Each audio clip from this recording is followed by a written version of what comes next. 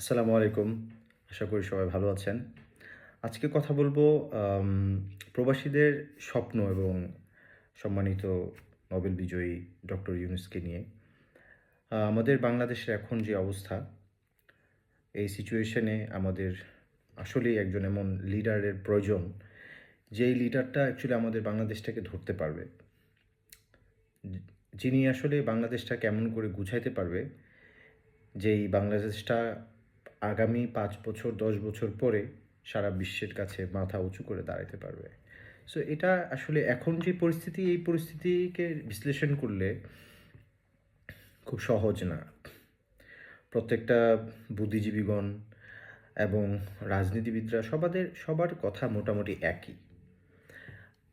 এই সিচুয়েশনের উপরে আসলে আ আমরা যদি ডিপেন্ড করে আমরা যদি ফিগার আউট করি যে আমাদের দেশে আসলে কেমন নেতা দরকার, তাহলে ডক্টর ইউনূসের মতন একজন নেতা প্রধান উপদেষ্টা হিসেবে আমার মনে হয় যে খুবই সুন্দর একটা চয়েস হয়েছে।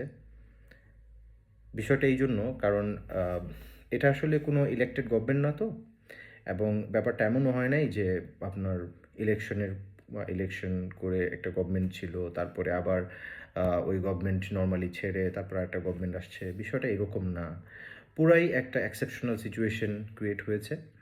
তো এই সিচুয়েশনের পরে দেশের প্রত্যেকটা সেক্টরে যে অবস্থা এবং বহির্বিশ্বে যে আমাদের ব্যাপারে যে চিন্তাভাবনা, যারা বাইরের ইনভেস্টর আছে, যারা ক্রিটিক্স আছে, হুম? সকলের যেই আমাদের ব্যাপারে যে চিন্তাভাবনা, সেটার জন্য এমন একজন লিডার দরকার, যার গ্রহণযোগ্যতা দেশে বাইরে সবখানে আছে। তো আমরা দেখতে পেরেছি যে ডক্টর ইউনূস যখন শপথ নিলেন, সাথে সাথে জাতিসংঘ থেকে কিন্তু ওরা এসে কিন্তু এটাকে সাধুবাদ জানাচ্ছে এবং তারা খুবই আ বাংলাদেশের সাথে কাজ করা, বাংলাদেশকে সহযোগিতা করার জন্য খুবই ইচ্ছা প্রকাশ করেছে। পাশাপাশি আমাদের যে জিনিসটা করণীয়, সেটা অ্যাকচুয়ালি খুবই বড় একটা বিষয়। বড় একটা বিষয়। তো এই প্রসঙ্গের আগে আমি যদি একটু কথা বলি, আসলে আমরা প্রবাসী যারা আছি, আমরা যারা প্রবাসে আছি, আমরা কেমন স্বপ্ন দেখি? কারণ আমরাও দেশের নাগরিক।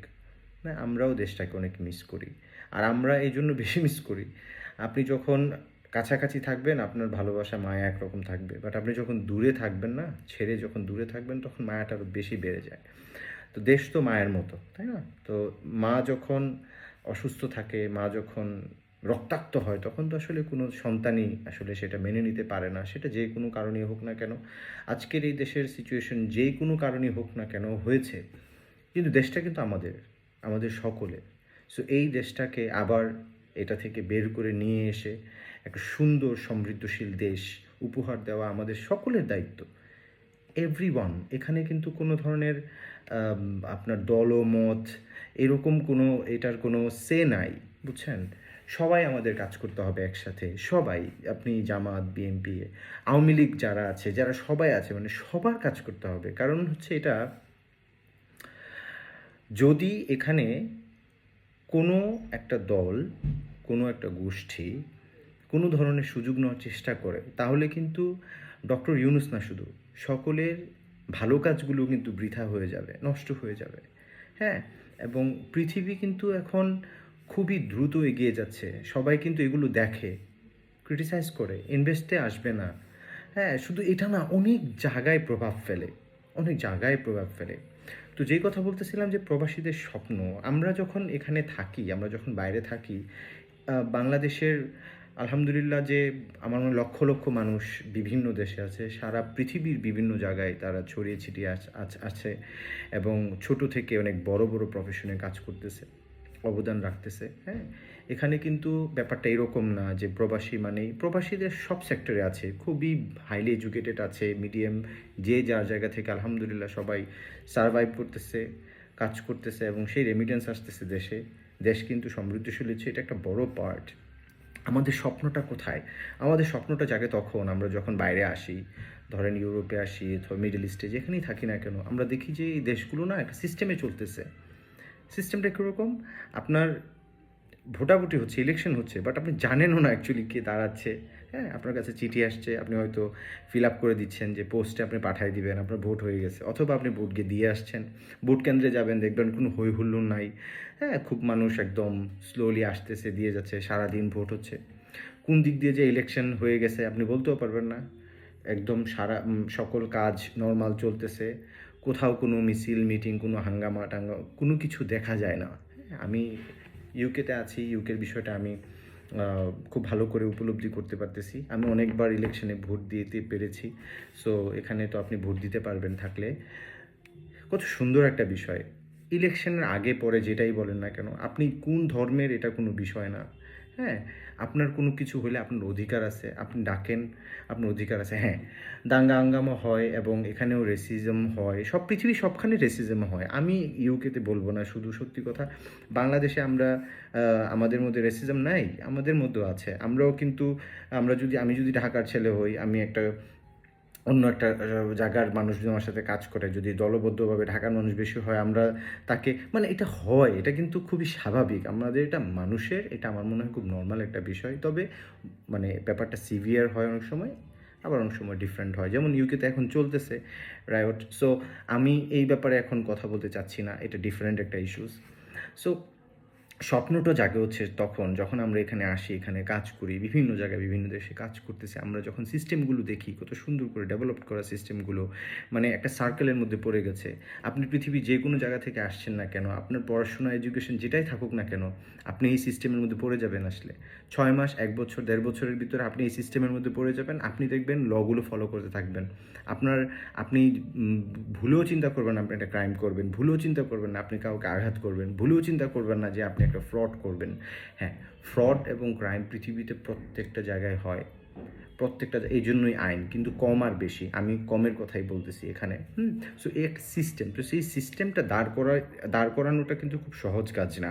আজকের ইউকে, আজকের আমেরিকা কিন্তু আসলে একদিনে গড়া না, একদিনে তাদের সিস্টেমটা ডেভেলপ করেনি, এটা অনেক সময় লেগেছে। হ্যাঁ, আমাদের স্বপ্নটা আসলে এমন একটা রাষ্ট্র গড়া, এর থেকে বেটার কোনো রাষ্ট্র গড়া আমরা বলবো।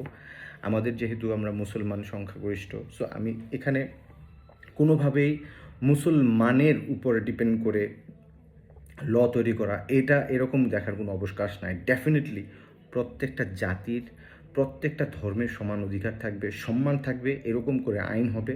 সবাই যার যার ধর্ম পালন করবে, আমরা আমাদের ধর্ম পালন করব। আমাদের যে কালচার আছে, ইসলামিক যে রীতিনীতি আছে, আমরাও যেন সেগুলো আমরা পালন করতে পারি, আমরা এগুলো চর্চা করতে পারি। ঠিক আছে, ইসলামের রীতিনীতিগুলো এত সুন্দর, এত সুন্দর, তাই না? মানে আমি তো আসলে পারি না, আমি পারছি না, দোয়া করবেন যেন পারি। ব্যাপার হচ্ছে যে কোনো কোনো মানুষ যারা আসলে, যে যারা দেখি, যারা অ্যাকচুয়ালি ইসলামিকভাবে লাইফ লিড করে, হ্যাঁ, তাদেরকে দেখলেই ইচ্ছা করে যে আসলে ওফ, যদি হতে পারতাম এরকম।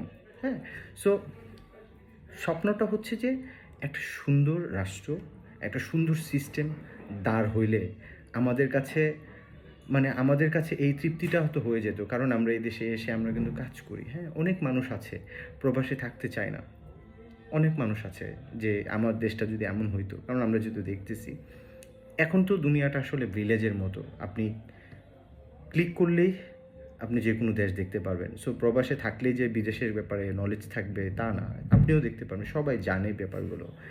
তো ডক্টর ইউনুসের সাথে আসলে প্রবাসীদের স্বপ্নের লিঙ্কটা কোথায়?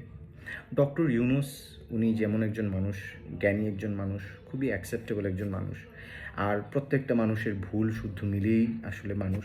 সো ডক্টর ইউনুস যে একজন সুপারম্যান, ফেরেশতা কোনো মানুষ তাও না। আপনি খুঁজলে ডক্টর ইউনুস সম্পর্কে আপনি অনেক কিছু আপনি বের করতে পারবেন। উনি নিজেই বলে, উনি মাননীয় প্রধানমন্ত্রী, আগের প্রধানমন্ত্রী শেখ হাসিনা, উনি ওনাকে বলতেছিলেন যে হ্যাঁ, মানে বলতেছিল যে আমাকে তো বদমাস ছাড়া কথাই বলে না, আমাকে বলে পদ্মা নদীতে দুইবার চুবায়। সো খুব হাস্যরসিকভাবে উনিও সুন্দর করে বলে ফেলে, এডুকেটেড মানুষ।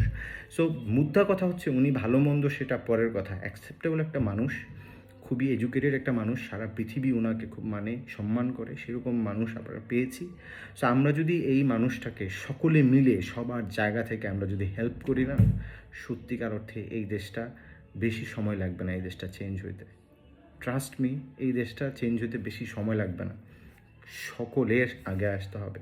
আর সবচেয়ে বড় একটা কথা পরিশেষে আমি যেটা বলতে চাই, এই যে এই সিচুয়েশনটার পরে যে কাজগুলো হচ্ছে না, এই যে মারি, পুড়ে দেওয়া, লুটপাট, এই জিনিসগুলো হচ্ছে না, এটা না আমরা আমাদের জাতিটাকে আরও কলঙ্কিত করতেছি। আমি জানি না কারা করতেছে, বাট যারাই করতেছে, যদি যে কোনো দলই করতেছে, যে কোনো গোষ্ঠী এটা করতেছে, এটার প্রভাব সকলের উপরে পড়তেছে।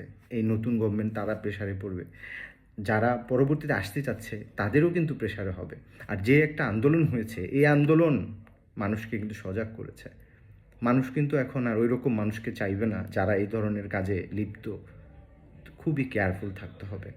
সকলে মিলে যদি কাজ করে, সকলে মিলে যদি সহযোগিতা করে, আমার মনে হয় এই সরকার, এই অন্তর্বর্তীকালীন সরকার যে একটা মানে গণতান্ত্রিক যে একটা চর্চা তৈরি করবে, খুব তাড়াতাড়ি করবে তারা, তখন কিন্তু যখন ইলেকশন হবে তারপর থেকে কিন্তু আমরা সবাই ওই যে সিস্টেমের, স্বপ্নের সিস্টেম, ওই সিস্টেমে কিন্তু পড়ে যাব।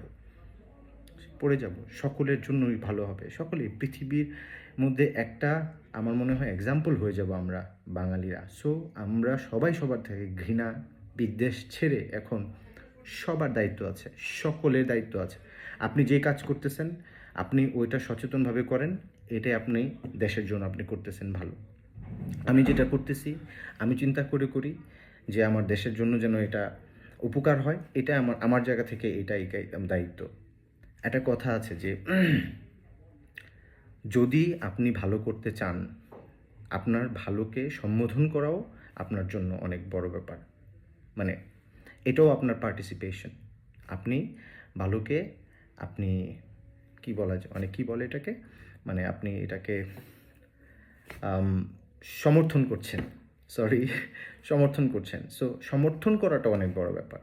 সো আশা করি ইনশাআল্লাহ আমরা সবাই একসাথে কাজ করে এগিয়ে নিয়ে যাব। এবং শেষ একটা কথা মনে পড়লো যে ছাত্ররা এই যে আন্দোলনের পরে এখন দেখা যাচ্ছে যে রাস্তাঘাটে সব জায়গায় তারা, ইভেন বাজারে তারা যেই রকমভাবে কাজ করে যাচ্ছে ননস্টপ, সত্যি সত্যি তাদেরকে অ্যাপ্রিসিয়েট করার মতো। আমরা সকলে, আমরা যারা পারছি না, আমরা যারা দূরে, তাদেরকে অ্যাপ্রিসিয়েট করার মতো। এদেরকে একটা একটা করে এদেরকে আমার মনে হয় সবাইকে প্রাইজ দেওয়া উচিত। অ্যান্ড অন্তর্বর্তীকালীন সরকারের প্রথম যেই বৈঠকটা হয়েছে, এরপরে দেখলাম যে ওরা 9টা ডিসকাশন করেছে, 9টা ব্যাপারে। হ্যাঁ, একদম বর্তমান পরিস্থিতি, তারপরে হচ্ছে এই যে যারা যারা হতাহত এবং যারা নিহত হয়েছে তাদের জন্য, তারপরে অর্থনীতি, করাপশন, মানে খুব ইম্পর্টেন্ট ম্যাটারগুলো, যে জিনিসগুলো নিয়ে হয়তো চিন্তা করছি যে কথা বলবো অথবা সবাই বলবে এরকম হয়তো বলতেছে, তারা অলরেডি করে ফেলেছে। So really this is very good. তাদেরকে অ্যাপ্রিসিয়েট করতে হবে, তাদেরকে হেল্প করতে হবে। আমি জানি না তারা কে, কোন মতের, কোন দলের, আমি এটা নিয়ে অ্যানালাইসিস করতে চাচ্ছি না, এখন যাইতেও চাচ্ছি না।